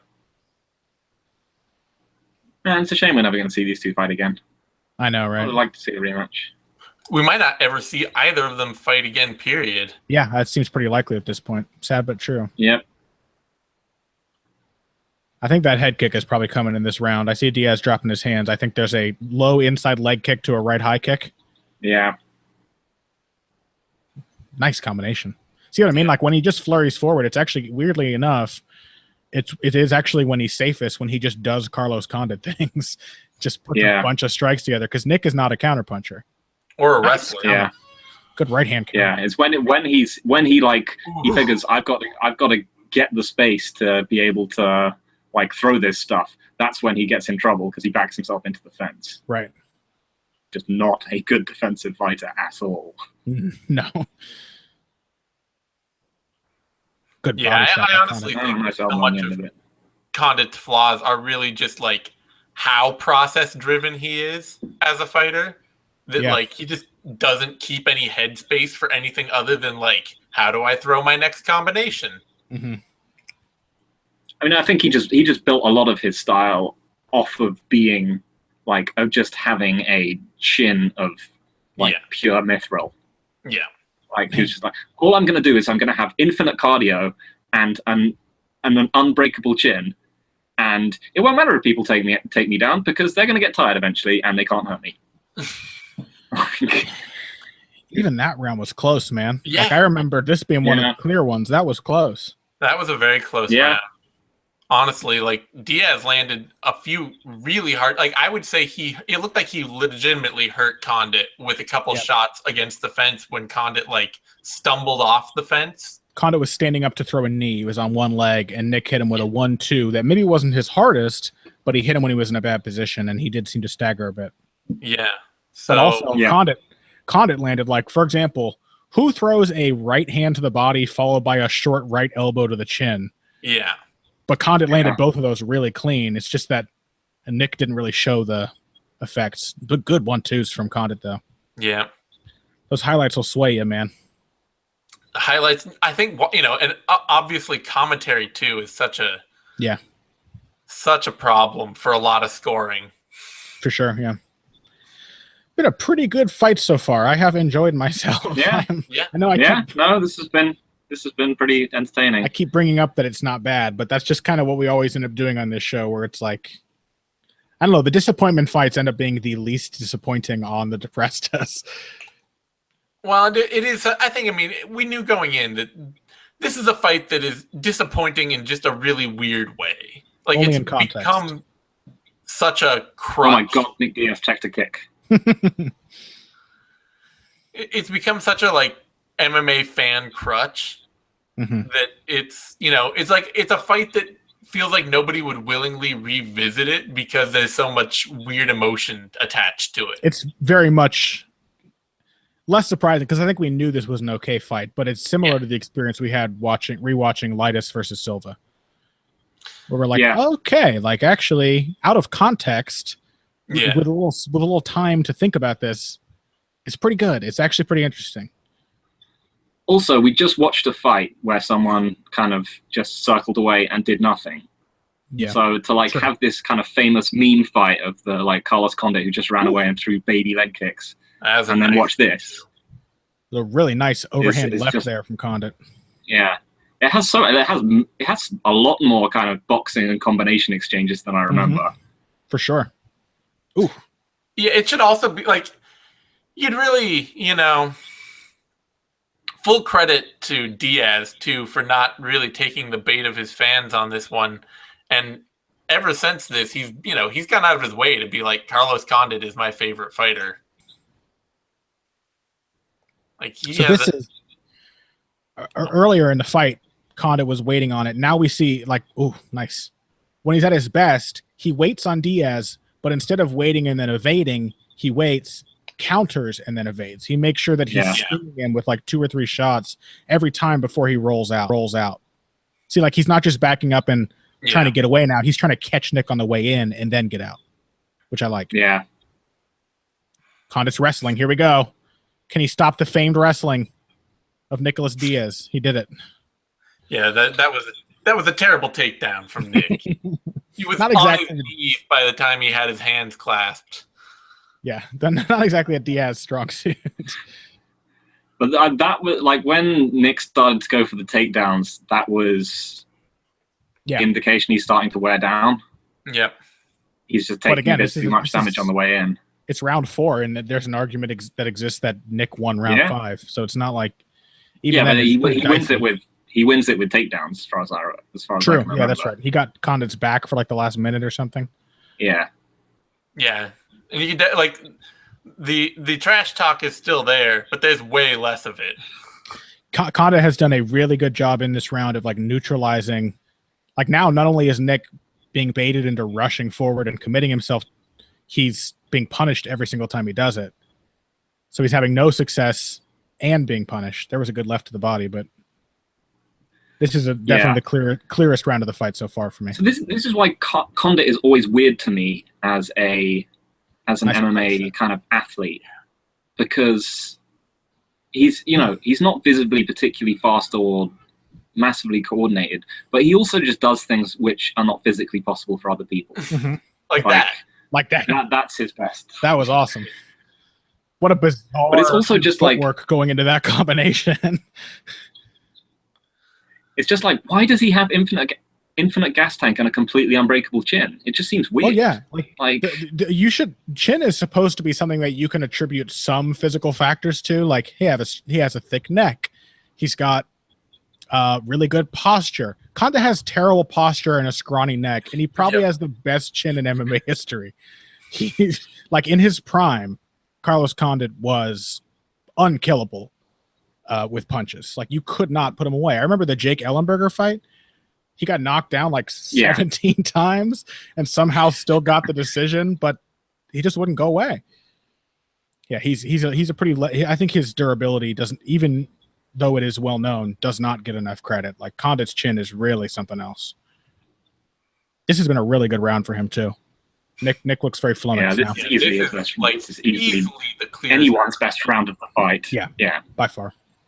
I can't remember even Nick landing much of a significant strike in this round. Yeah, he got in like one straight left to the body, I think like one counter jab, but mostly it's been Condit just doing that. Yeah. Nick looks flummoxed and a little frustrated at this point to me. I think a big part of it is that he's legitimately hurt to the left side of his body. Yeah. His posture has been compromised.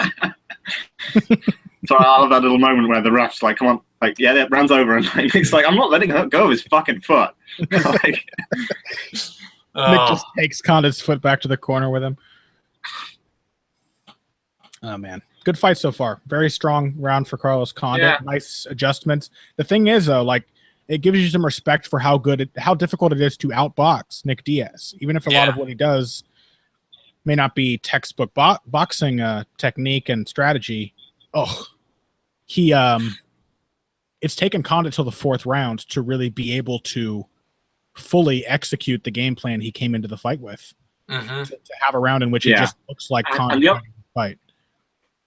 And the other thing is that I don't think anyone could. I don't know if anyone else could do what Condit's done in this kind of way. You know, people are like, oh, you just need to stay on the outside and kickbox the Diaz brothers. Yeah. But like, I think in some ways it's harder to do that against Nick than it is Nate in some ways, because he's just going to bum rush you. And like Condit has been able to do this because he has and is an immortal. Yeah, he's not. Condit, most fighters wouldn't have maybe gone down from that flurry of body shots that Nick landed, but it would have changed the way most fighters were approaching the fight. Yeah, it would have given them something to worry about, some sort of trepidation. Condit, it's just, again, like, it's just something he expects might happen, and now he's got 3 or 4 options to go to adjust to it. He's just very resilient mentally as well as physically. Yeah. So this round's going to be interesting because Diaz is losing it quite badly at the moment. But yeah, I know he comes back to win it. But I felt, or at least he comes back to. I felt like Nick won the first 2 on this review, which I know I've scored it differently several times I've watched this fight. Yeah, I mean, like that first round was those first 2 rounds. I feel much more. I feel like they're much closer to being Diaz rounds than I like, because I think I've always been a Condit, like either one of the first 2 and then 3 and 4 guy, and I've been like relatively certain in that. But like this time, I like those first 2 are pretty damn close. Even round 3, man, was pretty dicey. Like it was not an easy round for Condit by any means. No, I would be willing to go with 3-0 Diaz and 3-1 Diaz through 4. Frankly, it's possible. It's at least understandable. Yeah. Yeah, I wouldn't call someone crazy for 3-1 Diaz. I think I wouldn't. Yeah, I wouldn't give him the third, but like either 1 or 2. I think worse in that round than Condit hurt him. Yeah, Condit. That's the thing. Condit owned more time, and it was the round in which he started to land his really big shots. But the effects of the shots, they were bigger on Condit than they were on Diaz. Yeah.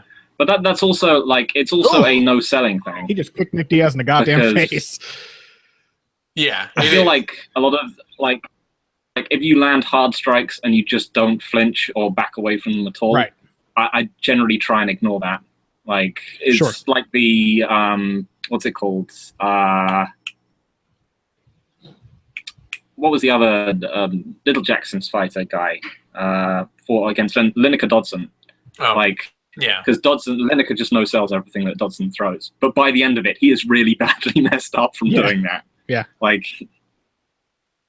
yeah, I understand. I'm just saying, like, I would not disagree with, like, there's an argument to me. If someone was like, yeah, 3-1, because I think back in the day I would have been like, that's crazy, but now I would say, but yeah, now I would be like, oh yeah, it's perfectly reasonable.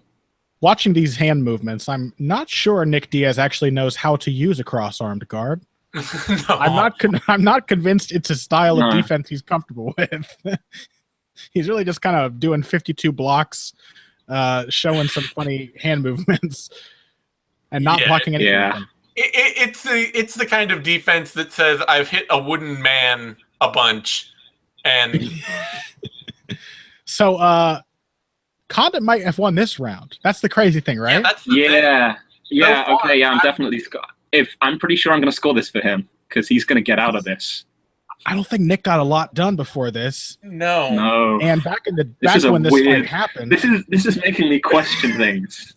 Like, back when this fight happened, somebody could get back control for the last minute, and you would automatically give them the round. But that is not how we score fights today. Yeah, it's weird because I was thinking like, oh yeah, I'm going to see this fight again, and it's going to be better than people say it is. But I'm pretty sure I'm confident in my scoring for it. And like now I'm just watching it again, and I'm like, no, it's better than I thought it was, and I'm not confident in my scoring at all. Condit 3-4-5. Like, that's not one of the scores that's supposed to be. That's not one of the scores. That's not one of the memes. But that seems like a very reasonable way to score this fight. Like, as I'm experiencing it right now, 3-4-5 seem like progressively Condit's best rounds, with just a little hiccup at the end of the fifth. But I think I agree with you, Phil. I think Nick was fading by the time of that fourth round came around. I think as soon as he started to think he had to get Condit down, he was kind of out of the boxing match. Yeah, and there was a couple of points where he landed leg kicks, Condit was starting to land things, and Diaz was starting to stagger. Like, it happened. Yeah, it was very similar to Dodson Lineker in that way, in that stuff that he was no selling earlier on in the fight. He was trying to no sell, and his body was just saying like, nah. Yeah. Accumulation, I think, had an effect on Nick. Yeah, that's interesting, man. I earlier when you said, when you look at this fight, who would have lost it if it kept going, it really does now feel like it would have been Nick. Yeah. But at the beginning, the first 3 rounds felt like Nick Diaz might have been winning the fight. So So your swing round would be round 3. Yeah. Well, round 1 was close too. Round 1 was really close. Yeah. Round 2, Nick had a really big moment. I think they were really even on strikes. Why don't we check? I'll check Fight Metric while we're discussing this. See if we can get some actual numbers for who landed. I mean, obviously, we still would have to look at the quality of the strikes, but so in round, hold on, it's not going to work.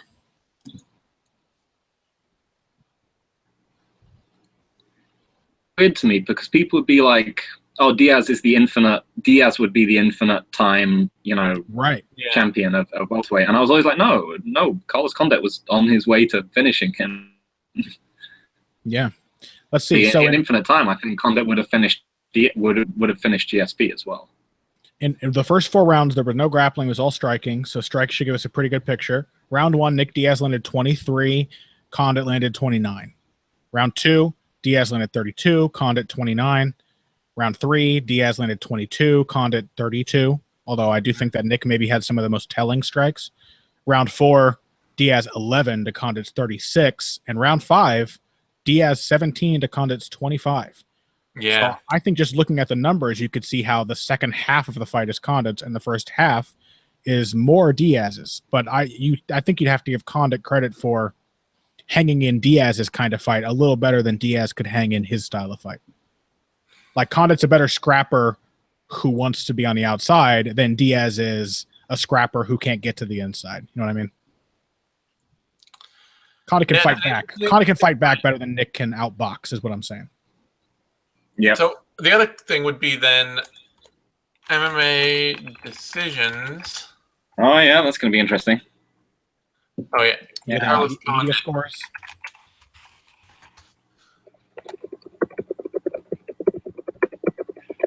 And Condit, Carlos Condit, Nick Diaz. There are only And 7 media scores. But Condit got round 5 on 2 cards. Yeah. So Condit got MMA week. he got round 4 on every card. He only got round 3 on 1 card. In fact, Phil was laughing at the fact that MMA Weekly gave every round to Carlos Condit. Yeah. How can that be? Some they really like that. Some people are like, Yeah. if they see someone on the outside, they're They like, went the technical outlook. it's Just not made him whiff. He made him whiff. He made him miss. It really sucks here that one of the judges for this just had to be Cecil Peoples. Yeah. Yeah. By the way, this fight created a class of people in the MMA community that has up to this point only existed in boxing, which is the technique snob. Yeah. Which all three of us, I'm sure, have been accused of on various occasions because we like technical fighters. But the real identifier of the true technique snob is that it's bullshit. That they would look at what Condit was doing and talk about how perfect his technique and execution was, how brilliant and amazing and beautiful everything was. I'm like, it was kind of ugly for outfighting. It worked, but you don't have to love everything about it. You don't have to give the man 5 goddamn rounds. So you find that. It's interesting. Two judges gave Condit 1, 2, 4, and 5. And then the other judge gave him 1, 3, and 4.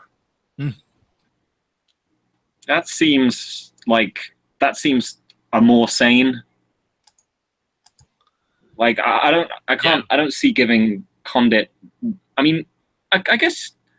I mean, thinking about it, I guess I could. It's not thinking about it. Actually, 50-45 Condit isn't. It's not mental. Every single round. I could. Yeah. Awesome. Like apart from round 4, every round is. Actually, I kind of feel like round 5 is one of the clearer rounds in this fight. Right. That's the thing. It's shocking that not a single judge has 3, 4, 5 as Condit's rounds. Yeah. And the conversation about this fight has always been Condit had to win one of those early rounds for when Diaz came on strong late in the fight. But that's exactly the opposite of what we saw happening. Momentum-wise, Condit was in control heading into the 5th round very clearly. Yeah. Interesting fight, man. I enjoyed that. Yeah, it's a weird one. And it's weird that we've walked away with scores that nobody else... They defy the memes. I mean, no one's supposed to defy the memes, but we've done it. Diaz 1, 2, 3 is my new meme. There you go. Seriously. What a weird fight. Weird place to end up. Yeah, and also, I didn't drop out in the second half of the show. Zane's camera stopped messing up. It did. Everything came out spooky. All it took was Carlos Condit fighting Nick Diaz for everything to turn around. Yeah. It's a sunny day. There's a dog barking outside, and I think it's probably time to end the show. All right. On that note, you can find me on Twitter at TheZaneSimon. You can find Connor on Twitter at BoxingBush. That's BUSCH. You can find Phil on Twitter at EvilGregJackson, just like the coach, but evil. You can find all 3 of us over at BloodyElbow.com in our various roles. And our video over on YouTube at MMANation.com. That's DOTCOM. Give us a like over on YouTube. That's a thumbs up. Subscribe down there. All that. That way you get every Bloody Elbow show, interview, news, analysis, all that good stuff we do week in, week out, all the time. You'll be one of the first to know about it. We will be back next week for another episode of the MMA Depressed Us, as well as If I Did It, Knuckle Up, Heavy Hands, our normal week in, week out shows while we wait for UFC Rotterdam on September 2nd and probably do some Mayweather-McGregor build-up stuff for August 26th. So until then, Until we see you again, or you see us again. We never get to see you, but whatever. You get it. Adios.